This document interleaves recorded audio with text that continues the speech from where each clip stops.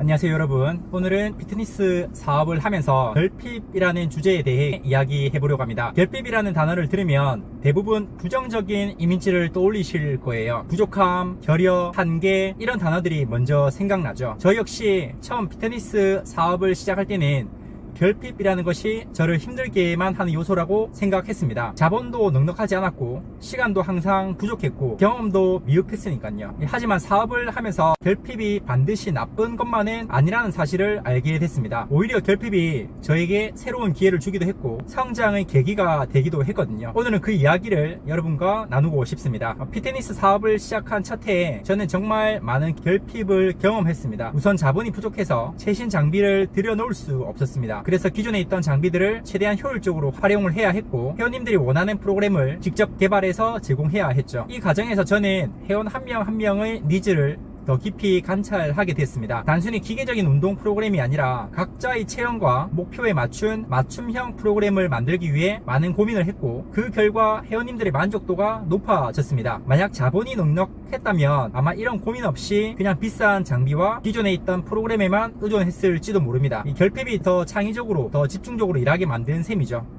또 인력이 부족하다 보니 처음에는 거의 모든 일을 혼자서 해야 했습니다. 회원 상담부터 마케팅, 청소, 심지어 간단한 수리까지 직접 하다 보니 정말 힘들었지만 그 덕분에 현장의 다양한 문제를 빠르게 파악할 수 있었습니다. 회원님들이 어떤 부분에서 불편함을 느끼는지, 어떤 서비스에 만족하는지 직접 체험하고 피드백을 받을 수 있었죠. 이 경험은 나중에 인력을 충원하고 시스템을 만들 때 큰 도움이 됐습니다. 결핍이 저에게 현장 감각과 문제 해결력을 길러준 셈입니다. 하지만 결핍이 항상 긍정적인 결과만을 가져오는 것은 아니었습니다. 사업 초기에 너무 많은 일을 혼자 감당하다 보니 체력적으로도 정신적으로도 한계에 부딪혔고 이 중요한 결정을 내릴 때 시야가 좁아지거나 실수를 하는 경우도 많았습니다. 예를 들어 회원 관리에 집중하다가 마케팅을 소홀히 해서 신규 회원 유치가 한동안 정체되기도 했죠. 결핍이 장기화되면 스트레스가 쌓이고 자존감도 떨어지기 쉽습니다. 저 역시 번아웃을 겪으면서 내가 잘하고 있는 게 맞나 의심이 들었던 적이 많았습니다. 이 결핍 상태가 지속되면 자기 통제력과 판단력이 약해지고 반복되는 결핍은 부정적인 심리적 영향을 줍니다. 실제로 한동안은 일에 치여서 운동도 제대로 못하고 건강이 나빠지기도 했어요. 이때 저는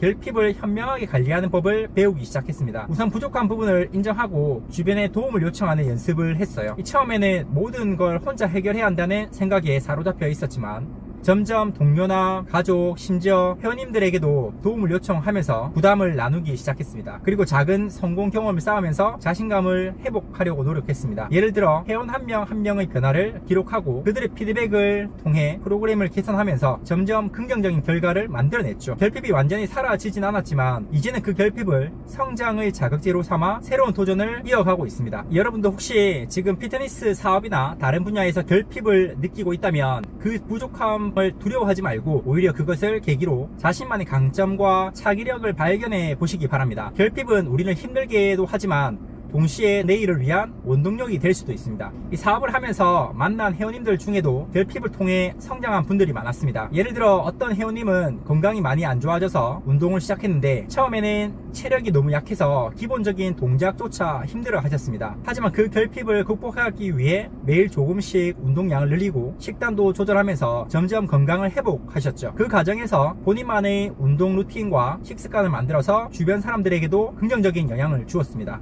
또 다른 회원님은 시간적 여유가 없어서 짧은 시간에 최대한 효율적으로 운동을 할 수 있는 방법을 찾다가 저와 함께 30분 집중 트레이닝 프로그램을 개발하기도 했습니다. 부족함이 오히려 새로운 도전과 성장을 이끌어낸 사례들이죠. 물론 결핍이 항상 긍정적으로 작용하는 것은 아닙니다. 결핍이 심해지면 오히려 생각이 좁아지고 선택의 폭이 줄어듭니다. 장기적으로는 스트레스와 불안, 건강 문제로 이어질 수 있습니다. 그래서 결핍을 현명하게 인식하고 관리하는 것이 중요합니다. 저희 경우 결핍을 극복하기 위해 몇 가지 전략을 세웠습니다. 첫째, 현실을 직시하고 이 부족한 부분을 인정하는 것입니다. 자존심이나 체면 때문에 결핍을 숨기려고 하면 오히려 문제가 더 커집니다. 부족한 자본, 부족한 경험, 부족한 시간, 이 모든 것을 솔직하게 인정하고 그에 맞는 계획을 세우는 것이 중요합니다. 둘째, 작은 성공 경험을 통해 자신감을 회복하는 것입니다. 처음부터 큰 목표를 세우기보다는 작은 목표를 달성하면서 점점 자신감을 쌓아나가는 것이 효과적입니다. 예를 들어 회원 10명을 모집하는 것부터 시작해서 점차 20명, 30명으로 늘려나가는 식이죠. 셋째, 주변의 도움을 적극적으로 활용하는 것입니다. 동료, 가족, 친구, 심지어 회원님들까지도 나의 부족함을 채워줄 수 있는 소중한 자원입니다. 처음에는 모든 걸 혼자 해결해야 한다는 생각에 사로잡혀 있었지만 점점 동료나 가족, 심지어 회원님들에게도 도움을 요청하면서 부담을 나누기 시작했습니다. 넷째, 결핍을 성장의 자극제로 삼는 것입니다. 부족함이 나를 힘들게 할 수도 있지만 동시에 더 나은 내가 되기 위한 원동력이 될 수도 있습니다. 결핍을 부정적으로만 바라보지 말고 그것을 계기로